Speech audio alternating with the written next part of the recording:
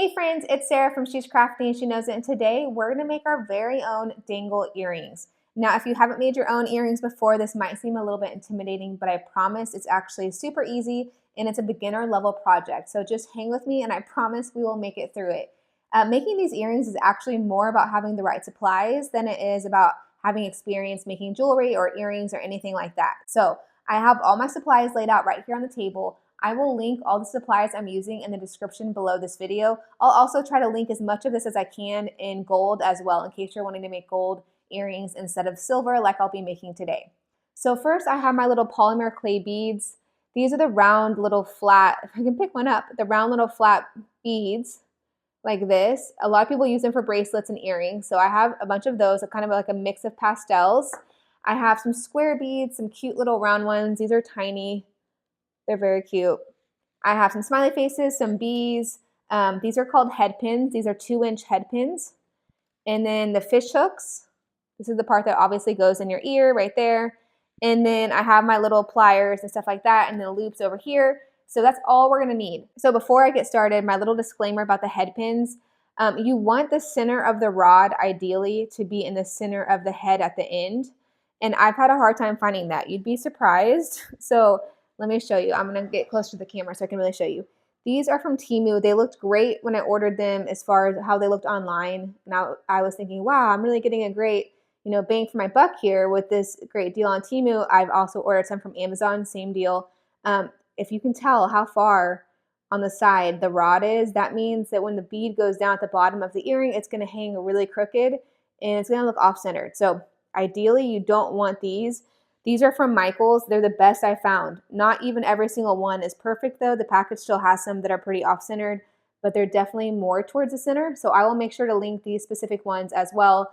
Of course, you can roll the dice and take your chances by ordering some on Amazon or Temu. That's totally up to you. And so the idea is that the little flat head at the end of the rod holds the beads on the little dangly part. So I'm gonna start by putting this tiny little round one at the bottom of the rod. So that way the end of the pin can't go through the bead. Let me show you, if I just did a polymer clay bead at the bottom, say I was just like, oh, I just wanna start just with the colored beads, it just goes right off. Hopefully you can see that. The hole of the bead is way too big and the head of the pin goes straight through it.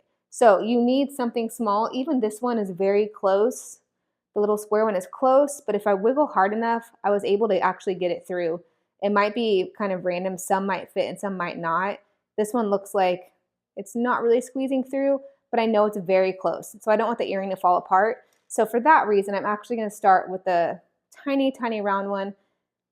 It's really cute, and I know it won't come off that way. Okay, so now that I have that on there, it's going to support and hold all the other beads that are going to be on here. I'm going to start by doing 4 of these little polymer clay beads, and I'm going to just try. I'm not going to be specific about what color, but I don't want them to be the exact same color. So I'm not going to do 2 pinks and 2 purples or anything like that.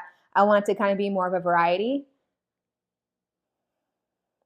Then I'm going to go ahead and do a square bead. I'm going to do 4 more.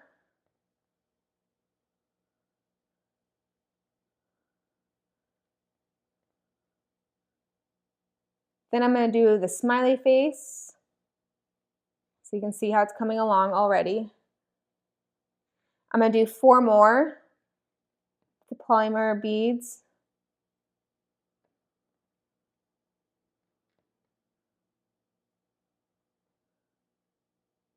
I'm going to do a square bead again. So we're just kind of repeating the pattern, making it symmetrical.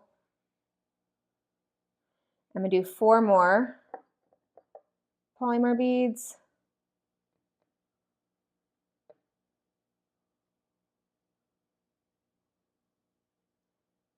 Okay, just like that.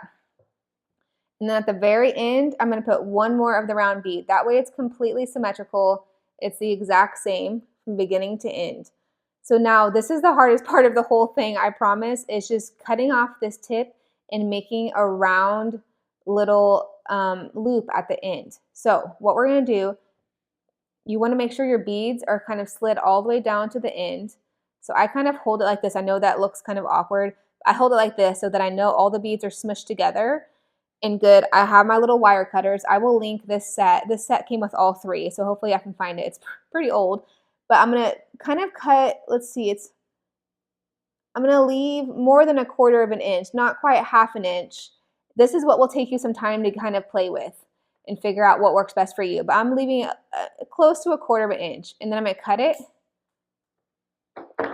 And while I'm still holding it, I'm gonna take these little needle nose kind of pliers. They're actually smaller than real needle nose pliers. These are specifically for jewelry. Let me show you while I'm holding it. This is more of like an actual needle nose. These are very fine tips. So I'm gonna take it and kind of squeeze the top of it. And you're gonna wanna curl it all the way until it makes a little loop. Now, obviously, the more you leave, the bigger your little loop can be. Okay, so there you can see right there, the little loop at the end. And that's how we're gonna attach it to the fish hook.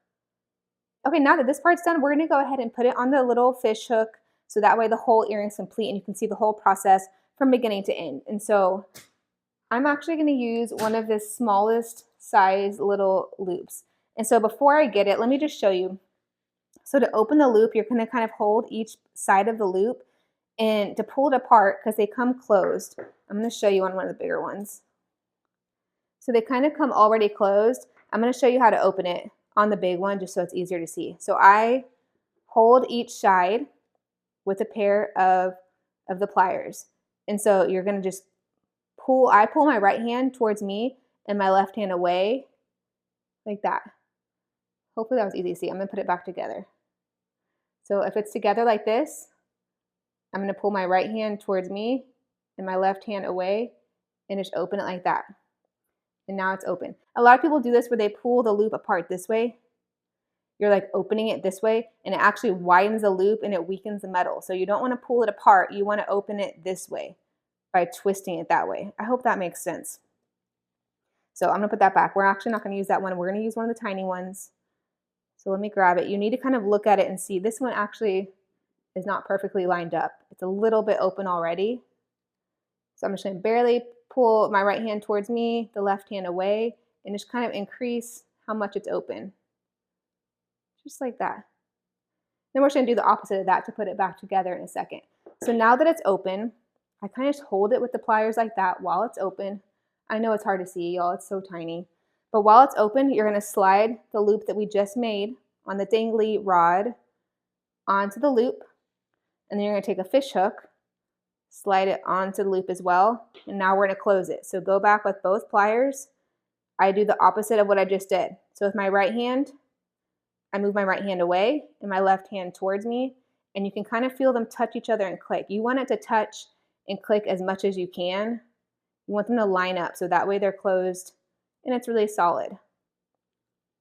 So I used to work at a jewelry store where we actually soldered the loops, and that makes them really, really sturdy. You're putting more metal kind of compound stuff on it and burning it and melting it, and it becomes a solid piece. But this will hold up just fine. Nobody's gonna be yanking on these or anything. But that is it. That's a whole little dangly, adorable earring. That did not take long to make it all. So I'm gonna go ahead and make one more so that we have a matching pair. So I'll walk you through it again. I'll go at just normal speed just in case you want to watch the whole process one more time to really get the hang of it. So I'm going to start with my 2-inch rod, just like this. Okay, remember the very first thing is we need that little round metal piece so that the polymer clay beads don't just slide off the head pin. So that's on there now. I'm not going to do the exact same color. I'm going to make it kind of random. So it's using the same colors, but we're going to be in different order just to kind of make it fun. Okay, 4 polymer clay beads, 1 silver square bead. I'm going to do 4 polymer clay beads again.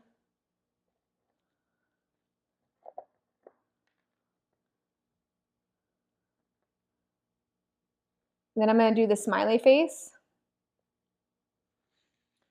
Trying to see if, yeah, that's cute. Okay. 4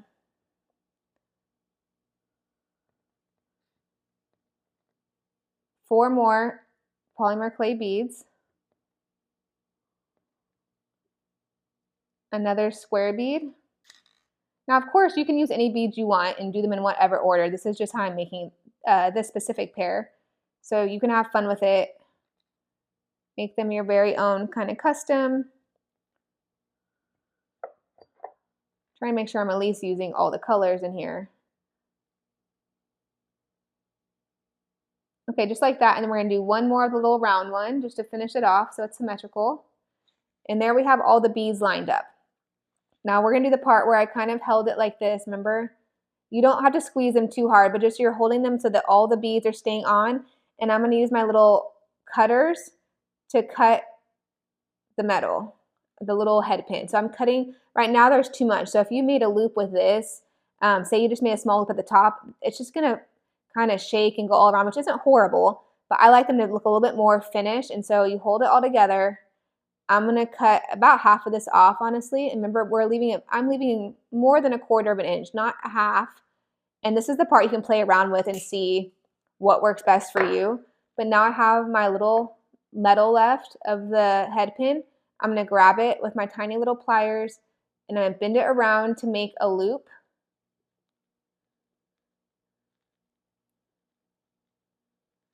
This part is not hard, but it is the hardest part of the whole thing. So I'm trying to get where you can see. So like right now my loop is not quite closed, if you can see that. So it's not quite closed, so you've got to keep twisting it. If it won't twist more, you can kind of grab at the bottom like this and squeeze. Kind of go to the bottom of the loop and squeeze the pieces of metal together with your pliers. So that might take some trial and error, just learning how to do the loop at the top of the head pin, but I promise you can get the hang of it. It's just all about kind of cutting at the length you need and having some really dainty little pliers like this, but it's totally something you can do. So, okay, now that I have that done, we're gonna get another little tiny loop right here. Oops, these are so tiny, they're easy to get away from you. So this one's already a little bit open too. So I have 2 pairs of pliers. I'm gonna pull my right hand towards me a tiny bit, my left hand away. So remember, you're twisting front to back like this to open. So I go open, I do not go pull apart. I go open, and then to close it, I go back. So you're doing this with it. Okay, so now that I have my loop open, I just pick it up and I hold it with my pliers just like this on one side. I know y'all, I apologize. I know it's hard to see, it's tiny. But while it's open, I slide the loop on that I just made with the head pin, and then I slide one of the fish hooks on, just like that. You don't have to worry about what direction or anything, because all our beads kind of spin around anyway. So now I'm gonna grab it again, just like the way we opened, and I'm gonna go opposite, right hand away from me, left hand towards me, to bring them back together. Just like that, they lined up perfectly. And that's it. So there we have an adorable pair of little dangle earrings. Okay, and I forgot to mention that if you do have a metal allergy, like I've mentioned in the past when I made those DIY stud earrings, they have plastic fish hooks that are perfect for you. So our daughter Ellie has a severe metal allergy and cannot wear any metal earrings of any kind, and these plastic fish hooks work perfect. So you can still make the DIY dangly earrings using the head pin and all the cute little beads, and then just attach a clear plastic fish hook instead of the metal. So I went ahead and made her a pair of the smiley face little dangle earrings as well with the plastic fish hook. So that way she won't have any metal in or touching her ear at all, and she'll be able to wear them comfortably, and they still look super cute. So I just wanted to mention that in case you need these. I will link the plastic fish hooks with the other supplies as well. Okay, friends, so that's it. That's how I made this super cute little pair of dangly smiley face earrings. I promise it was really easy. I know you can do it whether or not you've had jewelry making experience. I know you can make these. Like I said, the hardest part really is making that tiny little loop at the top of the head pin.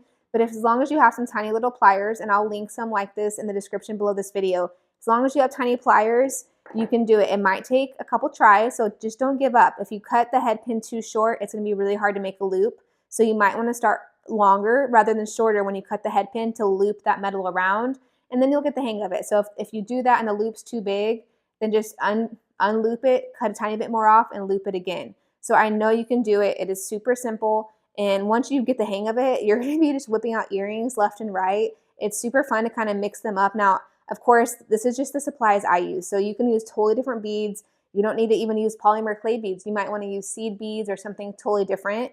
But I just think they're so fun to make and they turn out so cute, especially for how fast and easy they are.